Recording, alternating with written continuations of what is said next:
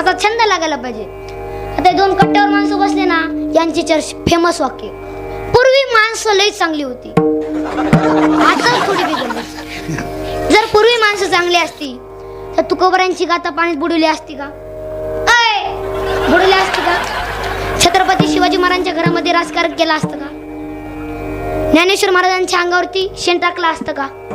माणसं चांगली होतीच कवा? माणसं चांगली होतीच कवा? तीच माणसं आहेत, फक्त अण्णा बदलून जन्माला आले. यांचं काय नाही. ज्ञानोबरांना कमी त्रास झाला का? पैठण मध्ये तेवढा वेडा. ज्ञानोबराय तुम्ही बोलवा रेडा. ज्ञानोबराय म्हणले मी बोलवतो रेडा. निवृत्ती दादा तुम्ही आज्ञा सोडा. मुक्ताई म्हणते ज्ञाना तुझ्या तोंडात पडो पेडा. जर ऋग्वेद बोलला रेडा तर पंडित झाला येडा.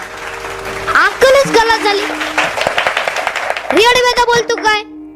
ज्ञानोबरांनी संकट आलं होतं. ज्ञानोबरांनी हरीच दासन केलं. काल परवा मी दिंडीत गेलो, एकाने मला विचारलं काय नाव? मी म्हणलं माऊली. हा, त्या माऊलीनं भिंत चालवली. मी म्हणलं गाडी जमती पण भिंत नाव बदलून ठेव. नाव कसं बदलायचं? पण चालव भिंत. मी म्हणलं आडवत दिसते, दशाला तसंच वागावं लागतं. मी म्हणलं चालव तू भिंत. तू म्हणला कधी? मी म्हणलं मी ज्ञानदेव तू सांगदेव. मी ज्ञानदेव इकडून भिंत चालवतो, तू तिकडून वाघावर बसून. तो मला वाघ कसं जमल? हे तरी कसं जमल? सोपं आहे? सोपं नाही. चालवलेली भिंत बैसोनी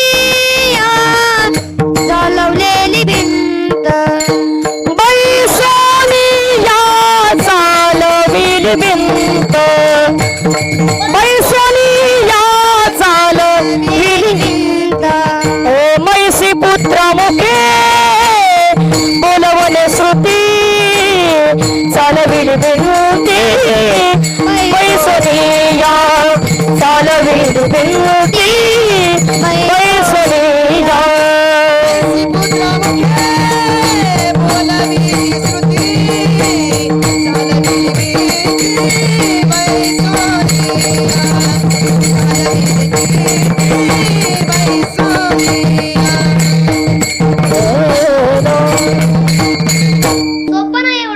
ज्ञानोबरांना कमी त्रास झाला का?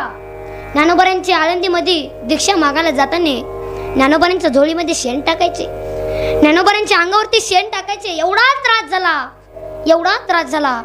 त्याच्यासाठी तुम्हाला दृष्टांत सांगतो. भजन करा विठ्ठल विठाल विठाल विठाल विठाल विठाल विठाल. ज्ञानोबरा इंद्रायणी वरती स्नान करत असताना तिकडून मोरेश्वर काकांनी हाक मारली. अरे कोण? संन्यासाचा ज्ञाना काका, संन्यासाचा ज्ञाना. अरे इंद्रायणी पाठवायची ठरले की काय?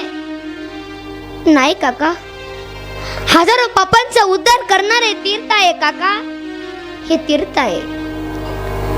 संन्यासाच्या कालटे म्हणून इंद्रायणी बाटत नाही हो काका. अरे तू मला न्याय शिकवतोय? 4-5 बामणाची मुलं घाटावरती खेळत होते. तिकडून मोरेश्वर काकाने हाक मारली. अरे बघताय काय? या ज्ञानेला हा ना, कोणी लाथा घाल, कोणी मुक्या घाल मारू लागले. तिकडून मोरेश्वर काका धावत धावत आले आणि जोड्या सकट ज्ञानोबांच्या कंबरड्यात लाथ घातली. ज्ञानोबा खाली पडले. ज्ञानोबांच्या मुखातून रक्ताची गोळी निघाली. हो, रक्ताची गोळी निघाली. ज्ञानोबाने काय म्हटलं नाही, कस तरी उठले आणि आपले चिमुकले हात जोडले आणि सांगितलं काका मला मारू नका ना. काका मला मारू नका ना. काका हा जर नाण्या पुन्हा इंद्रायणी वरती दिसला ना काका, या ज्ञानाला तुम्ही तुडून मारा, पण माझ्या आईकडे जाऊ द्या ना. हो काका मला माझ्या आईकडे जाऊ द्या ना. ज्ञानोबाने कशी तरी सुटका करून घेतले आणि सिद्धप्पाच्या दिशेने धावू लागले, पळू लागले आणि आई म्हणून किंकाळी मारली. त्या किंकाळी मारण्याचा आवाज त्या ज्ञानेश्वर महाराजांच्या आईच्या कानापर्यंत पोहोचला. आई सायराबाईला धावू लागली, जवळ लागले, तुळशी मिट्टी मारली, आश्रू पुसले आणि विचारलं ज्ञाना अरे काय झालं रे ज्ञाना, काय झालं? तू इंद्रायणीतून पाय निष्ठेतून पडला की ज्ञाना? सांग ना ज्ञाना, काय झालं तुला? नाही गाये, मला मोरेश्वर काकाने मला मारलं गाये, मला मोरेश्वर काकाने मारलं. आहे मी आता इंद्रायणी वरती कधीच जाणार नाही गाये, मी आता इंद्रायणी वरती कधीच जाणार नाही.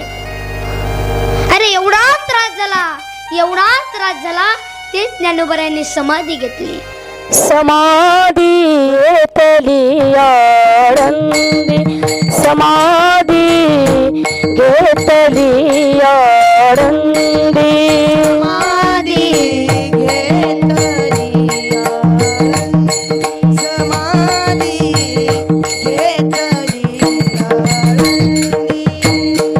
भवती शोभे सीतामांदी, भवती शोभे सीतामांदी, समाधी घेतली आळंदी, समाधी घेतली आळंदी. भवती शोभे सीतापती, भवती शोभे सीतापती, समाधी